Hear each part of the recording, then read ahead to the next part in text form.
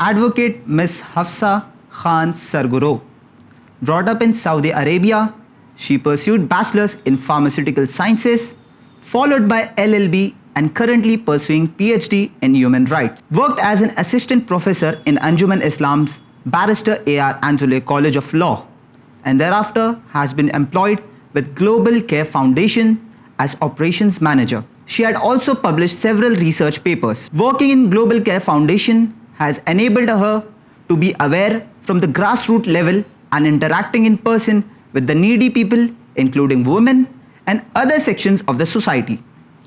Global Care Foundation is an NGO which exclusively works on crime prevention in the society. The organization focuses on providing legal aid and assistance to all the needy seeking it. This is done through helping poor and needy under trials who are first-time offenders and cannot pay their cash bails. Also free of cost, legal consultation is provided through the Legal Aid Clinic, where people in need of legal help can visit and take expert advice from panel advocates. So let's welcome Miss Advocate Hafsa Khan Sarguro.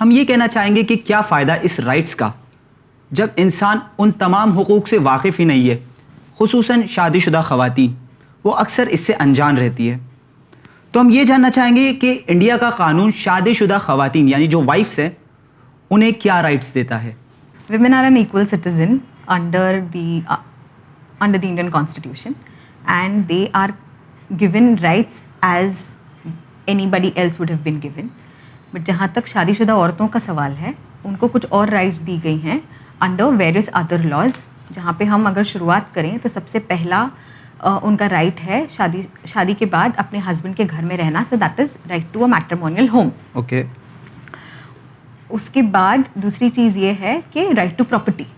سو جب وہ شادی کے بندھن میں بن جاتی ہیں اپنے husband کے ساتھ، تو ہسبینڈ کی جو پراپرٹی ہے اس کے اوپر ان کا بائی ڈیفالٹ حق ہو جاتا ہے after the death of the husband.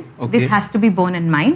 Okay. ایسے نہیں ہے کہ جسٹ بائی ورچیو آف شادی وہ پراپرٹی میں حصے دار ہو جاتے ہیں. سو اٹس اونلی جب ہسبینڈ کی ڈیتھ ہو جائے تب وہ ایکول حصے داری رکھتی ہیں as good as any other legal heir. جی. اوکے. اس کے بعد ایک بہت اچھا قانون آیا تھا جو ہے protection of women from domestic violence act. جی. تو وہ کوئی بھی اس شیئرڈ اسپیس میں جہاں پہ وہ رہ رہی ہیں شادی کے بعد، اس میں جو بھی ان کے ساتھ ظلم ہو رہے ہیں، زیادتیاں ہو رہی ہیں، it could be emotional abuse, it could be financial abuse, جہاں پہ خرچہ نہیں مل رہا ہے، خرچہ نہیں دیا جا رہا ہے بیوی کو، فزیکل ابیوز ہوگا جہاں پہ مار پیٹ ہو رہی ہے، جہاں پہ مینٹل ابیوز ہو رہا ہے، تانے کسے جا رہے ہیں، ان کو کہا جا رہا ہے اپنے ڈاوری نہیں آپ لے نہیں آئے، یا اتنا آپ کے فیملی نے دیا نہیں ہے، یا ان کے کسی فزیکل اپیئرنس پر کمنٹس کیے جا رہے ہیں.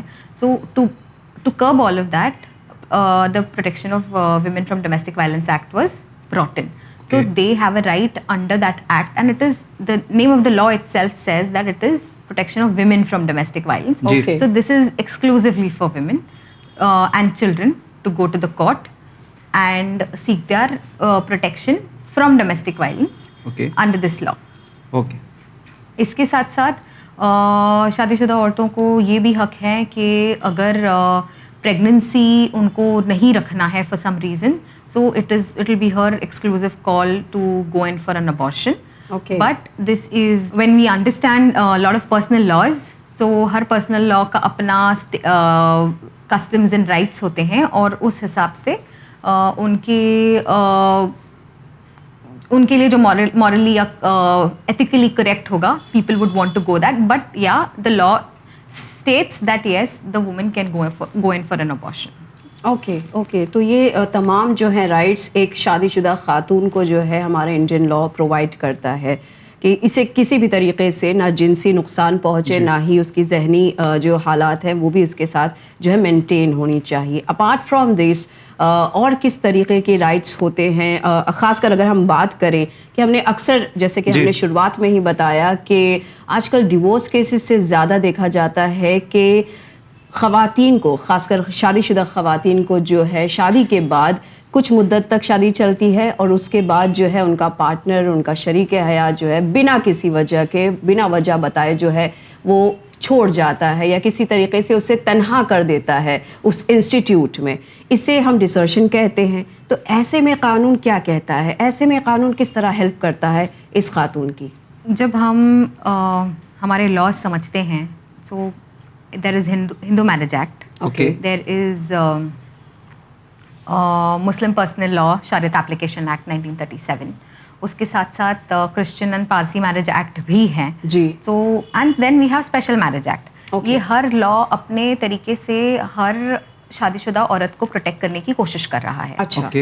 اس کے ساتھ ساتھ جب آپ ڈیزرشن کی بات کرتے ہیں تو انہوں نے ہر لا میں ایک مدت دی ہوئی ہے کہ ڈیزرشن کو ہم کس طرح سے ڈیفائن کریں گے، یا کس انبن کو یا کس حد تک کا جب ابینڈنمنٹ کو کہہ سکتے ہیں کہ ڈیزرشن ہوا ہے. جی. اگر ہم سوری ٹو کٹ یو، اگر ہم بہت ہی لیم اینڈ لینگویج میں آپ سے پوچھنا چاہیں، یہ ڈیزرشن ہوتا کیا ہے؟ کس طریقے سے جو ہے ایک خاتون کو تنہا کر دیا جاتا ہے، یا اس کو ایسا فیل ہوتا ہے کہ اس شادی میں تو صرف ایک میں ہی ہوں جو اسے چلا رہی ہے؟ یہ کس طریقے کے ہوتے ہیں یہ؟ نہیں، جہاں پہ آپ بول رہے ہو کہ یہ شادی میں صرف چلا رہی ہوں،